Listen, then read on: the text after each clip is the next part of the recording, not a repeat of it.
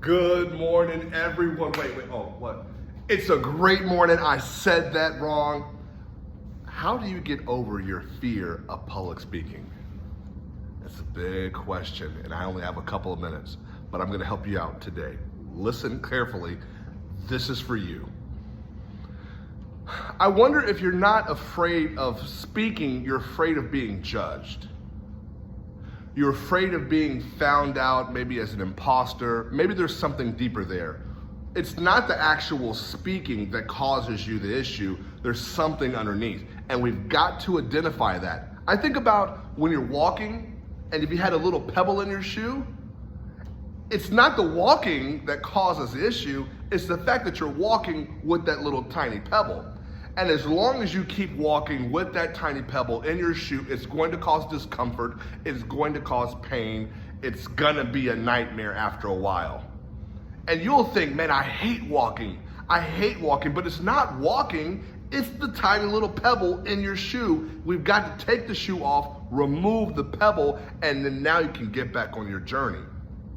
But if you don't know what causes it, you don't know what your root core issue of being afraid of public speaking, or if it causes you discomfort, whatever that thing is, you'll never know. You'll just think, I'm just not good at speaking. I can't speak. I can't. And you have that fixed mindset, and I've got to break that. Okay, how do you do this? The first thing, I've got a couple P's here on the board. The first thing is, the question is, did you prepare? Did you even prepare? Let's say you have to speak at a boardroom meeting, or you have to speak in a small group, or whatever the case is.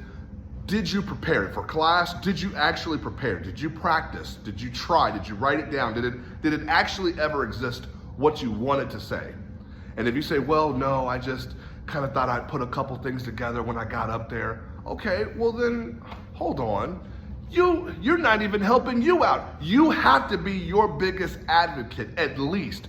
You have to help you, at least prepare, at least practice. You have to do that. Some people, they think it's easy. This is not easy.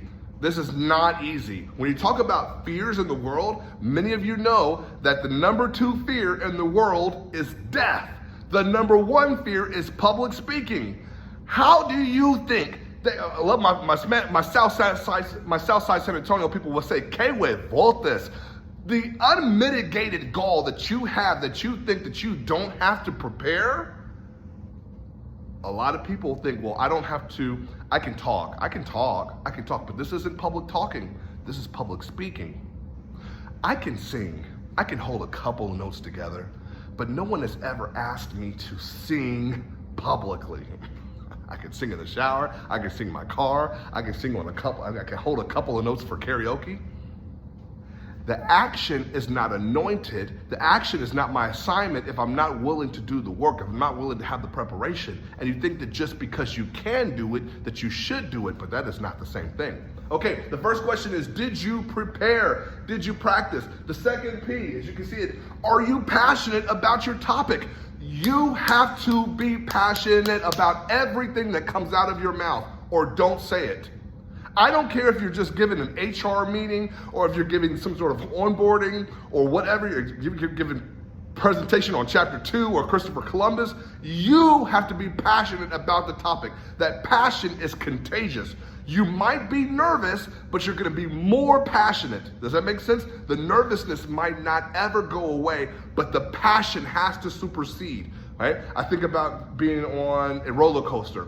You might be a little bit of nervous, there's a little bit of trepidation as you're going, but you're having fun, right? You got your hands up, you're screaming, you're laughing.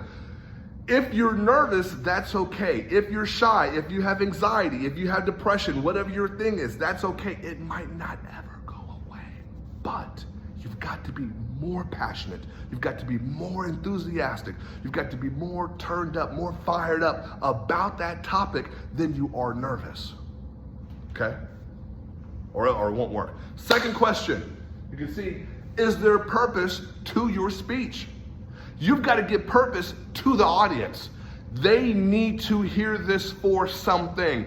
What I'm saying for them, I'm passionate about it, I practiced, I prepared, but now I've got to give purpose to them. Hey, the reason you're listening to this is because this is going to help you in your job or in your future walk, or get out of a bad relationship or toxic relationship, or change the course of your life, or help you get into college, or help you change your spiritual growth, or whatever the case is.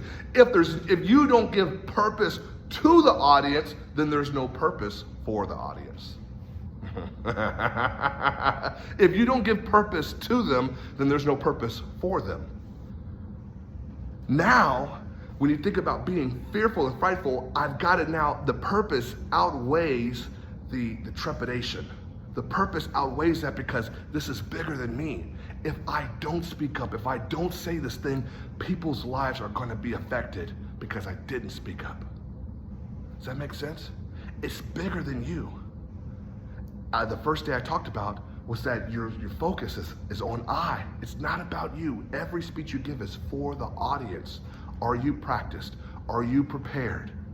Are you passionate? Come on. And then are you giving purpose to the audience? Maybe you're not afraid after all.